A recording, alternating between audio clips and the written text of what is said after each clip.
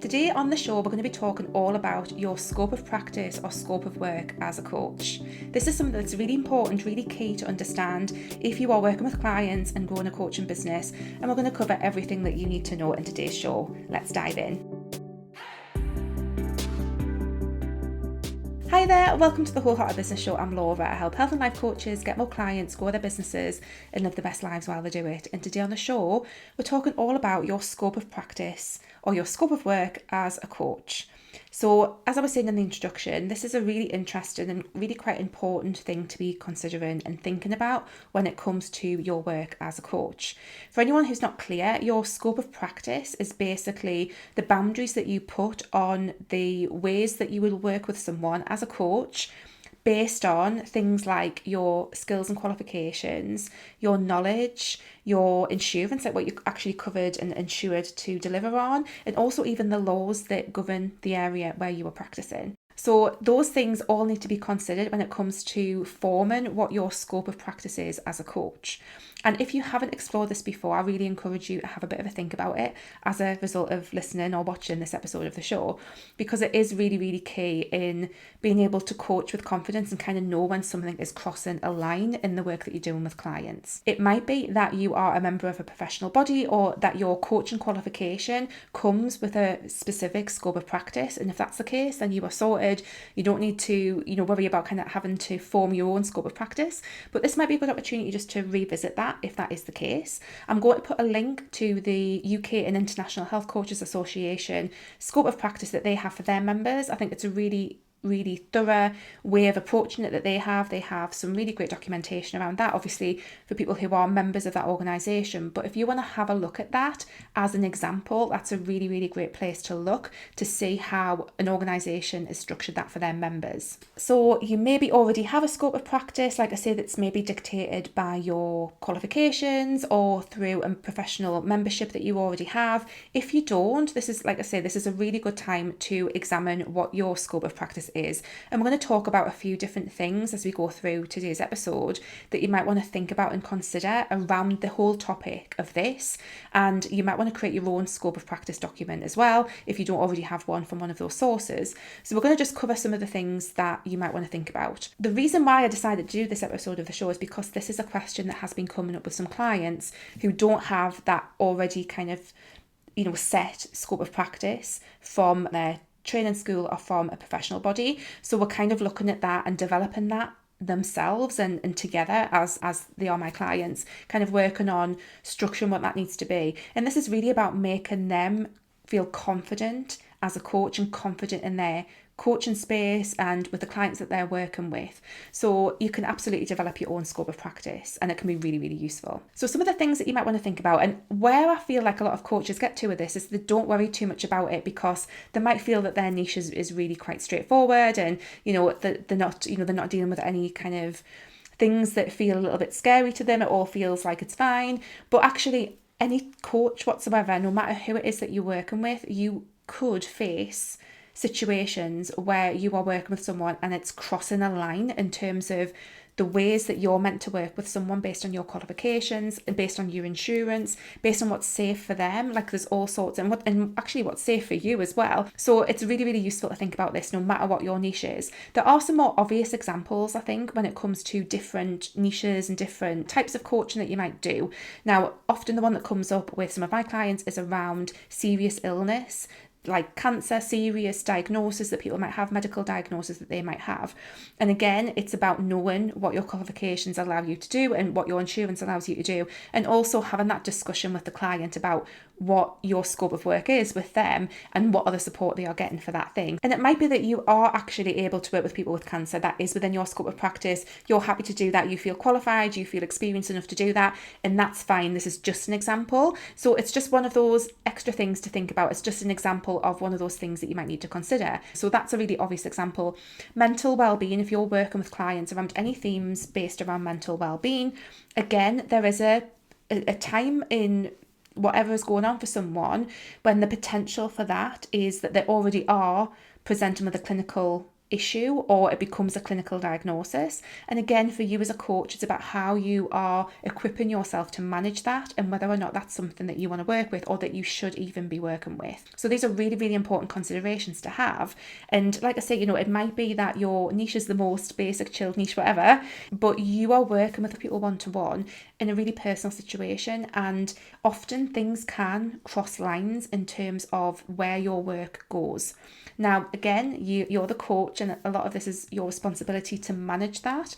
But it's also really, really good just to pre-think about these things so that you do have a scope of practice that you can return to and use that as a document, as a tool to help you manage your relationship with your clients and manage your work. Another example of where things can kind of go and cross a line, it might be if you're a relationship coach, you need to be aware of when a behaviour that someone might be experiencing is abusive or not. And again, this is where we kind of get into the conversation around what do you need to be equipped with as a coach to notice when things are crossing a line in terms of your scope of practice, because I think that's a big one as well.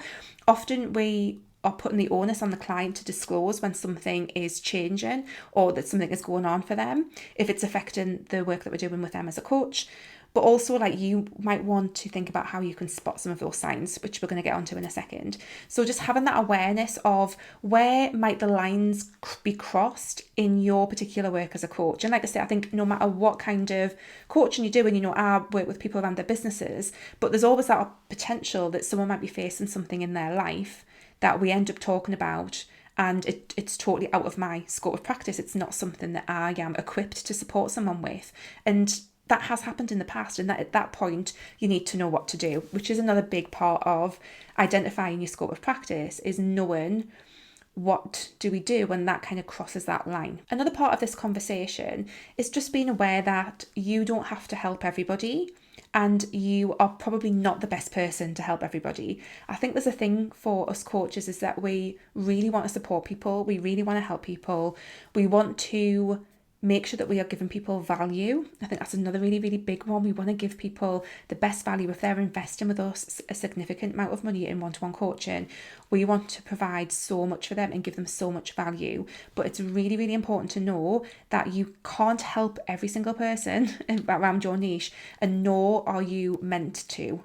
So that can be a great reminder if you find that you are starting to work outside of your kind of scope of practice. I mean, there's a couple of different ways to look at this as well. One is are you getting, and my background way back when was in the charity sector, the voluntary sector, or the non-profit sector is what it's called in the States, not-for-profit. And we used to have this thing we used to call it mission creep, which was basically where organisations would start wanting to help with everything, and by doing that they just completely lost what made them the strong organisations with a very clear mission that they had. So what you don't want to do is get into mission creep. However, if you do start to notice that you are creeping outside of your scope of practice, does that indicate that you need to change the way that you work? Do you need to change your skill set? Do you need to go and train and do some other training? We're going to talk about this in a second. So it can be, there's two ways to look at it. Do you want to actually pull back from that and refocus on your niche and what it is that you do and the boundaries that you have in terms of the way that you coach? Or actually are you noticing that actually I want to do more of this kind of work, and therefore am I insured to do that, qualified to do that, and if not, do I need to actually get those things in place? So another part of this, as I've been saying, is really about how we support our clients to stay on track in the work that we are doing with them. It's really, really common for, especially when you're coaching people with a less structured approach, for the work to go into all sorts of different avenues of people's lives. And that can be fine as long as it's within your scope of practice. It's your job as the coach to bring people back if it is starting to creep out of that. So then we get onto the topic of when do we actually start to signpost people elsewhere and refer them out. Now, that's not to mean that they shouldn't still continue to be a coaching client, or it's not to mean that you should be turning clients away necessarily, unless they are completely out of your scope of practice. But it's really, really good practice to think about, okay, they have an issue that I can't support them with, where can I signpost them? Where can I send them? Where can I refer them to get more support? Because again, coaching is, a specific modality in its own right. It's not going to be the right thing for everybody, for everything in their life. So it's good to know that there's other places where you can signpost them out. So just to quickly recap, so far we've looked at what a scope of practice is. I've linked out to the UK and International Health Coaches Association example, and we've also talked a little bit about what that might look like in your business. We've looked at some examples of where things can cross lines, and we've talked about how, we don't have to help everybody. Our mission might creep. We might start wanting to work with different people, and we can either pull that back or we can explore what that looks like and what we need to do in order to get to that place where we can work with those people comfortably within our scope of practice. We've also looked at how we can keep clients on track when we're working with them, because again, the nature of coaching, unless you've got a very, very structured approach, is that things can easily go off into other areas of people's lives. And, depending on what your scope of practice is and how you've decided to define that, you might want to pull people back on track. The next thing that you might want to think about is what you do when you are presented with a client who is starting to take you out of your scope of practice. And the key things that you want to be thinking about is how can you refer and signpost people to other more appropriate support. As I was just saying before, you are not here to help every single person with every single issue, and nor should you. So it's really good practice to know when and how to refer and signpost people out to other forms of support. As part of that, it's also really important to know when perhaps it's not right to work with someone. And this might be that, at the discovery call stage, you realise that working with this person would pull you way too far out of your scope of practice and it's not appropriate to work with them. Or you may be in the process of working with a client and realise that this has taken you into a realm of work that you're not comfortable to do. And in those cases, then it's really, really good practice not to work with that person, and again, to refer and signpost them elsewhere. That's okay, you're allowed to do that. Again, it's really best practice. You don't want to be working with people if you feel that it's compromising that boundary. And again, scope of practice is really about that boundary that you have in terms of the way that you work. Another thing to look at here is really around safeguarding considerations, and this is about you as much as the client. And what I mean by this is, if they are disclosing to you certain things, and again, whenever we are in these kind of relationships, and I've recently worked with a counsellor, and one of the things that she talked about in the first session was like, if you disclose something to me, I'm duty bound to obviously report it if it's like a serious thing. And I was like, oh yeah, actually, I never say, obviously it's not something that generally comes up in the realm of business mentoring that I do with people, but actually it's a really, really important thing to be aware of, because anytime that you are working with someone in a one-to-one setting, and they are talking about various aspects of their life, you don't know what that person might disclose to you.